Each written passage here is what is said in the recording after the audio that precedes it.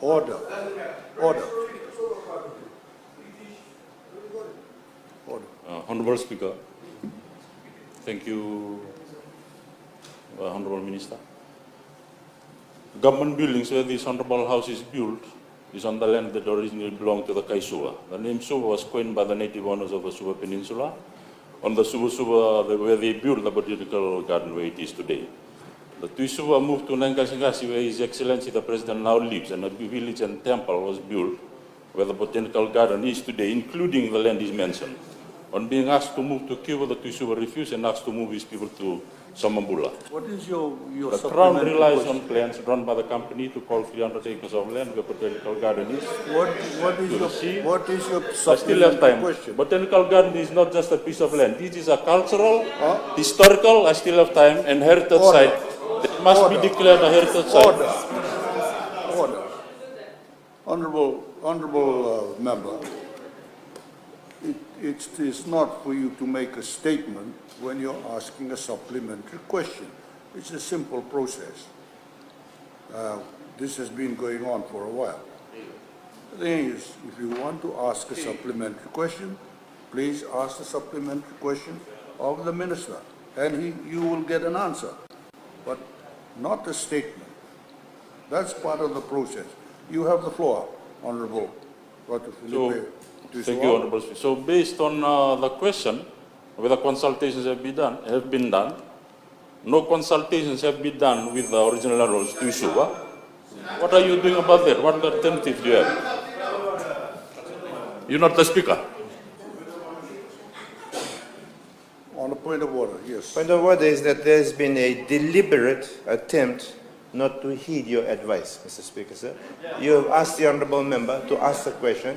He has continued to read his statement out. I think what you have talked about is that supplementary questions are for questions. They are not for lengthy explanations. They are for questions. And I think in this case, the honourable member has not taken heed of the decision that you made. Honorable Minister, I have made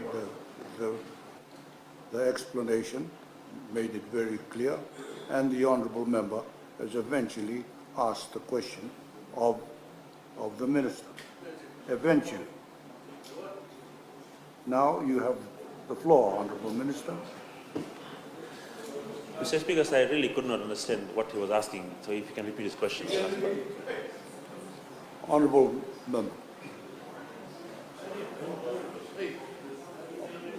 Thank you, Honorable Speaker. The question is, what consultations have you done with the Tuisawau and his people, who are the original landowners of where you're sitting, and the botanical gardens, to today?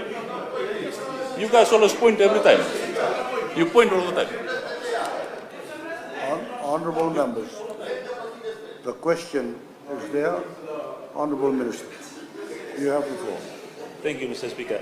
Mr. Speaker, sir, the honourable member would know, yes, the title, the land is state land at the moment. The issue of original landowners was subject to a court case, Suva High Court matter of 2010, and that's been dealt with.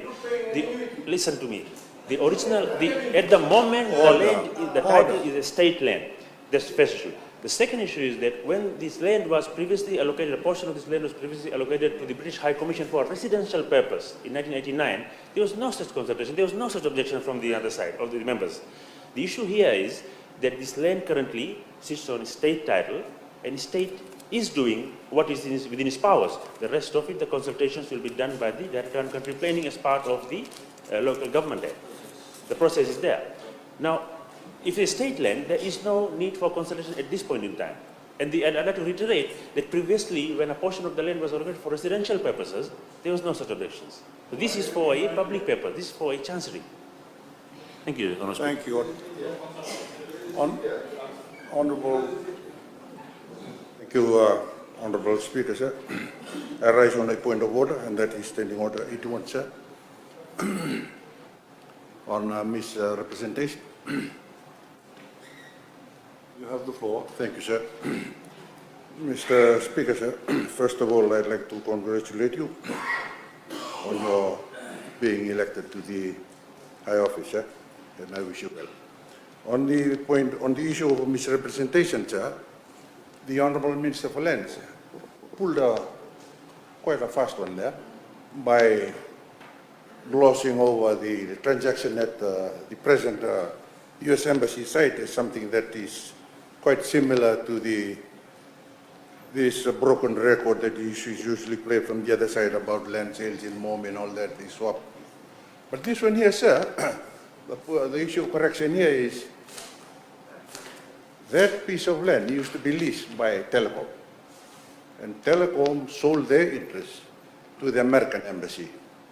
It's only through the request of the American Embassy to the government, sir, that they wanted a more secure land tenure there, that the director of lands, who had the powers then, exercised that authority with the endorsement of the government of the day. So that's the correction that needs to be fully spelled out by the Honourable Minister for Lands, sir. Thank you, sir. Thank you, honourable member.